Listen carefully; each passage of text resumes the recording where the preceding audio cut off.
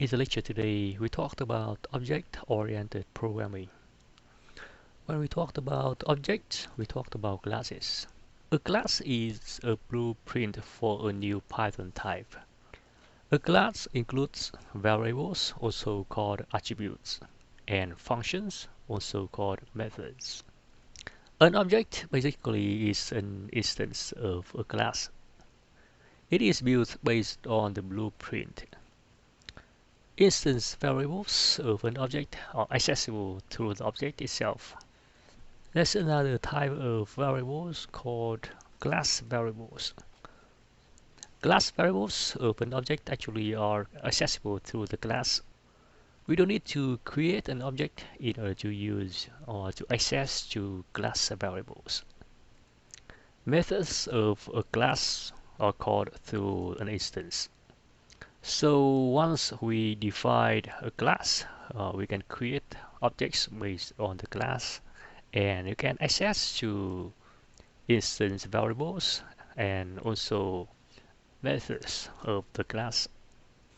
A method is just as similar as a function, except that it is associated with objects and classes. There are two main differences between methods and functions. A method is implicitly used for the object that method is called on, and it can access to the data within the class. There is a special method with the name init, prefixed and suffixed by the double underscores. This special method is the constructor of the class. It runs when an object based on the class is created. So the constructor is very useful when we need to initialize a number of variables every time when we create an object. Now let's look at the example. We here define a class, namely person. In the class, we define several methods.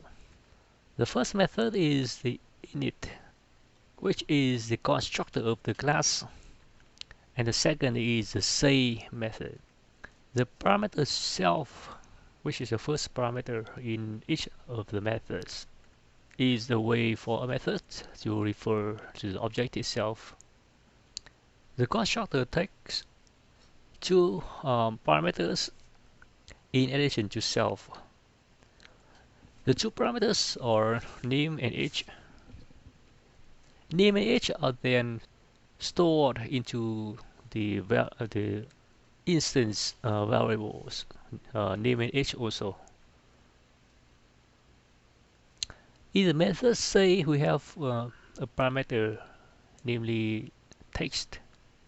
Think like when we want someone to say something, we call them the method say and give it a text. Then it would print the text. That's how we define class person. And after we define the class, we then create an object P1 based on the class person and initialize with the name and age. So the string John is passed to the name parameter, and the age of 36 is also passed to the age parameter of the constructor. Then we can access to the attribute or the instance variable of the object P1 by the dot. Right? So we write P1 dot name and P1 dot age to print out the name and age of the object. We call the method say of the object P1 and give it the text hello. At the output, we have the name and the age printed out, and also the text hello.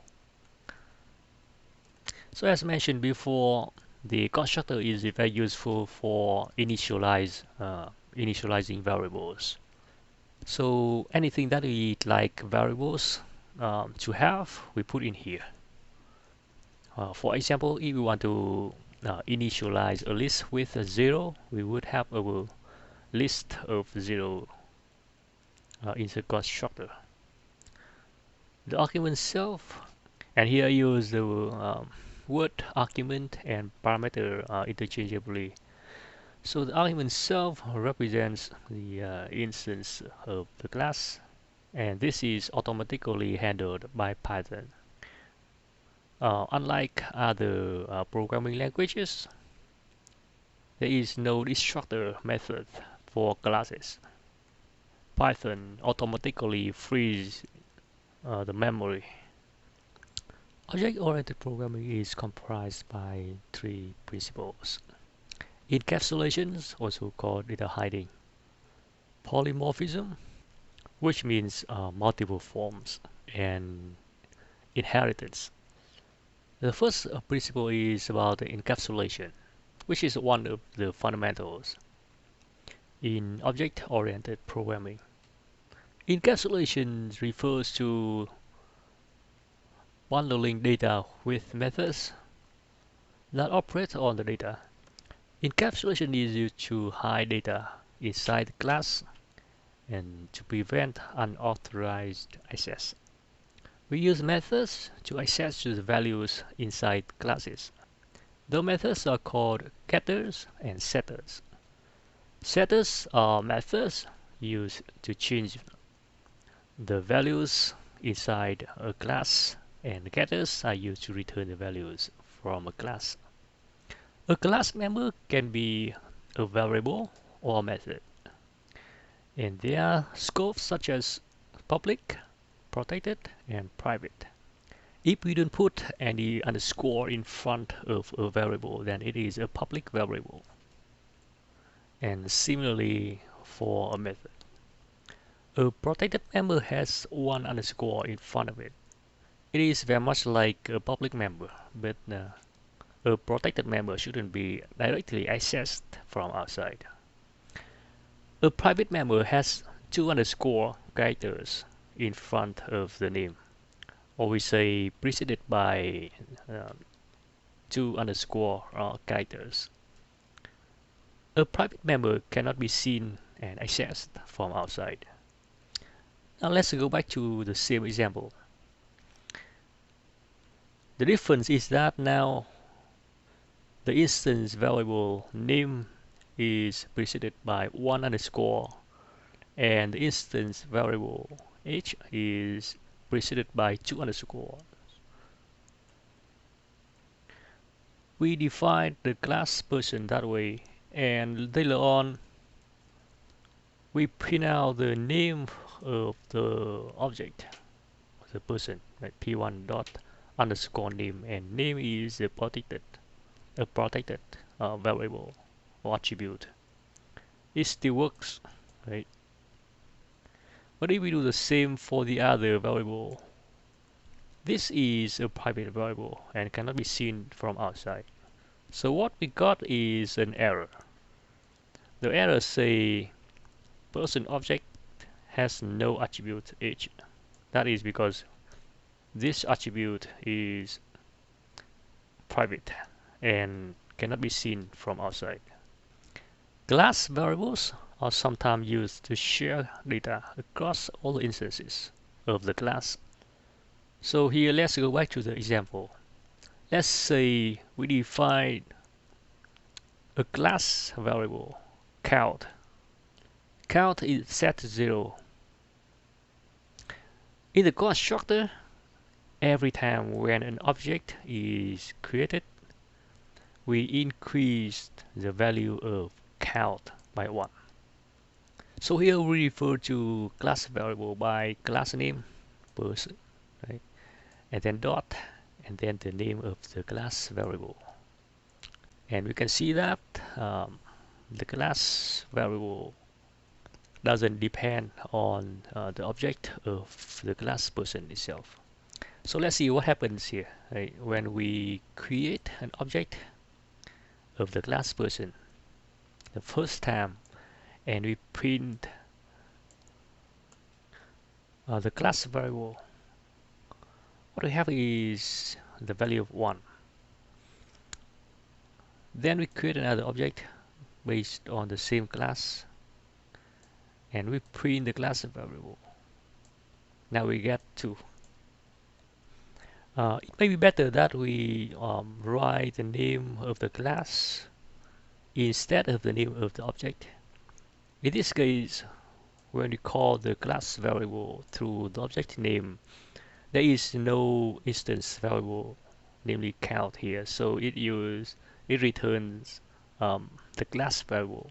But for clarity, it is better to use person.count, as we can see now. Now we talked about inheritance. Inheritance is a powerful feature in object-oriented programming. It allows us to define a new class with no or some modification to the existing class. We call the new class the derived class or child class or subclass, and we call the one from which it inherits from the base class, the parent class, or the superclass. This allows code reuse and avoiding redundancy. Now look at the syntax. This is the base class. The base class is derived from the object class, and this is actually can be optional. And then the derived class or the subclass or the child class inherits from the base class. And then in the body of it, we can add more modification. There are two built-in functions, namely isInstance and isSubclass, that can be used to check the inheritance. The function isInstance returns true if the object is an instance of the class or of the other classes derived from it. Each class in Python inherits from the base class object. The object is the name of that class. Now let's look at an example for inheritance. We have the class person again, but now we change a little bit the method say. The method say now print a string I am and then the name, which is the name, the instance variable of the object. Down below here we defined another class, namely student. Student derived or inherits from person. In the constructor, we can see there are 3 arguments in addition to self. So 2 of them are name and age, as the same as name and age in the constructor of person.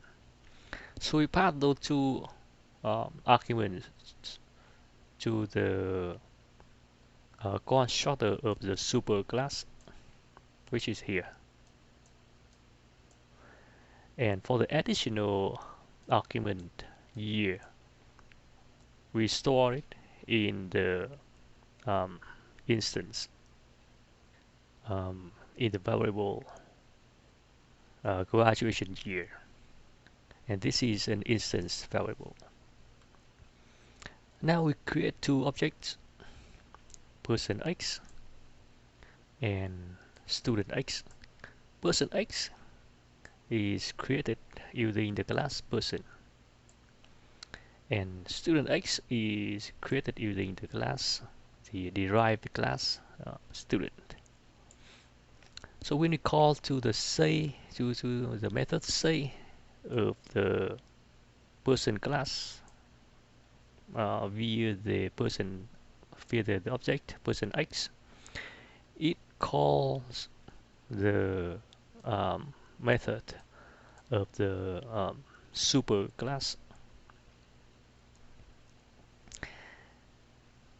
When you do the same thing, call into the method say of uh, student X. In student class, in the class student, there is no method say. So this line here actually call the method say in the superclass. And what we see here are two same thing.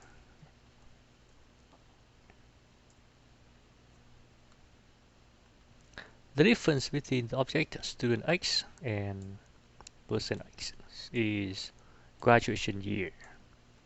That is the additional attribute that we added. And if we print it out, then we get 2019. Now we talked about polymorphism. The word poly in Latin means many, and morph means to change from one form to another. So basically, it means many forms. In programming, polymorphism means a method or function is able to take different types of arguments. There are two kinds of polymorphism: overloading and overriding. Overloading is that when we define a class and we have two or more methods with different signatures.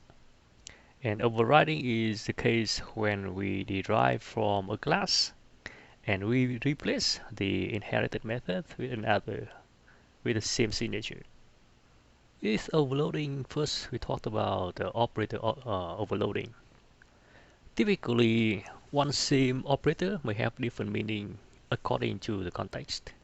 As an example, the add operator may perform arithmetic addition on numbers, or merge two lists, or concatenates two strings. What really does is that internally we overload the add function or the add method. Overloading can be done similarly for other operators such as subtraction, multiplication, power, and division. Let's look at an example for operator overloading. Here we add complex numbers. When we add two complex numbers, we add the real part together and we add the imaginary parts together. In the constructor, we take the real part and the imaginary part, store them into the instance variables a and b, and then we overload um, the add method or the add operator. In the overloaded operator, we add the real parts and the imaginary part and return them separately. And later we create an object as an instance of the class complex and give it 1 as the real and 2 as the imaginary part. Similarly, we create another object using the class complex with the real part as 2 and the imaginary part as 3. Then we add them together and store the result in Z. So at this point, the overloaded operator is called.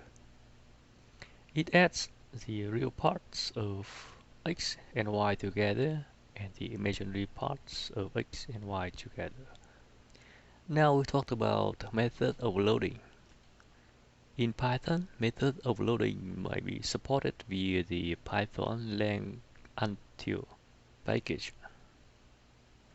Now in the class version, we have two methods, namely say.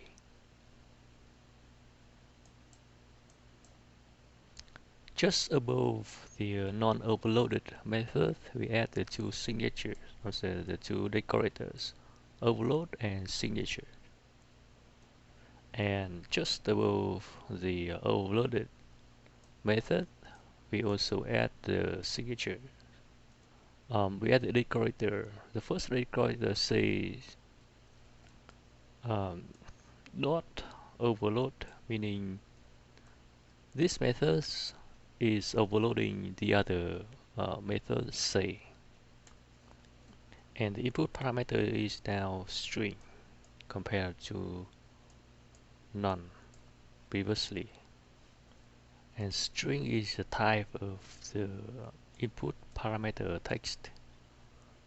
So then when we create an object using the class person, if we call the method say without any argument, we get I am Alice string, which means that we called the unoverloaded method. If instead we give it an argument, which is a string, I live in New York, then at this time the overloaded um, method is called and give us a different string. Um, I am Alice string and I live in New York. Now we talk about overriding. Overriding is about replacing the inherited method with another having the same signature. So going back to the example, looking at the example, we can see that in the base class we have the method say, and uh, in the derived class, meaning class student, we have also another method say. The strings that are printed out from the methods are actually different. Later on, we create an object based on the class person, and we call the method say. At this time, the method say in the base class is called. Then we create another object using the class student, which is derived from the class person, and we call the method say. At this time, the method say in the derived class is called. So here we can see that the method say in the derived class overrides the other method say in the base class.